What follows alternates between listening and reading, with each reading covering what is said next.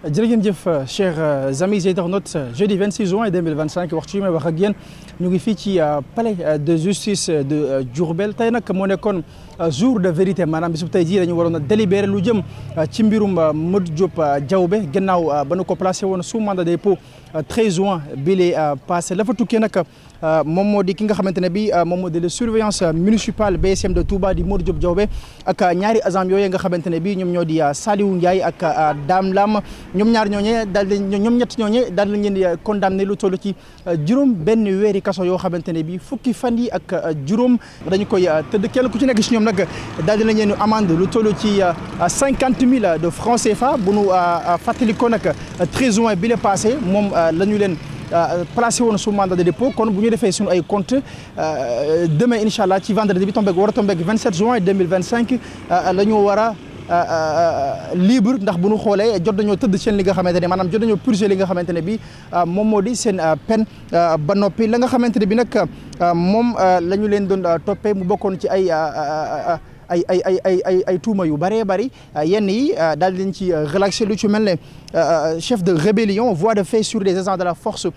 publique ñoom ñaar ñooñu nga xamante ne bi ñoom ñoo di Dame Lam ak Saliou Ndiaye ñoom ñaar ñooñu tuuma yooyu ñu tegoon seen kaw di ñaar yooyee teggi nañ ko ki nga xamante ne bi nag moom moo di Modou Diop Diaobé aussi ñu ngi koy toppee chef de rébellion et voie de fait sur li nga xamante ne bi moom moo di sur la personne bi nga xamante ne bi moom moo di Cheikh Ngayne mi nga xam ne moom moo ko porté woon plainte moom Modou Diop Diaobé moomee ci mbir moomee daal nañ ko ci relaxé waaye itam li leen toppee actuellement moom moo di usurpation de fonction ci ñaar ñooñu nga xamante ne bi moom moo di Saliou Ndiaye ak Dame Lam Modou Diop Diaobé nag moom li ñu koy toppee aussi moom moo di complicité de chef maanaam complicité ci usurpation de fonction boobee nga xamante ne bi ñaari agent yooyu di Saliou Ndiaye ak Dame Lam moom lañ leen di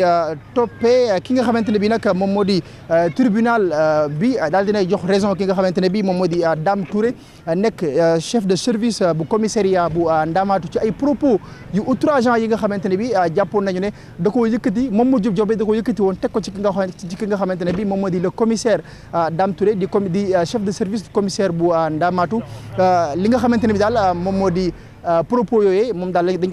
dañ ko ci déclaré coupable moom Modou Diop Diaobé daal jox raison ki nga xamante ne bi moom moo di chef de service bu commissariat bu Ndamatou boobee di Dame Touré bu nu sukkandiku nag ci ki nga xamante ne bi moom moo di ay avocat am lii daal moo tukkee woon ca la nga xamante ne bi moom moo di ca délibération ba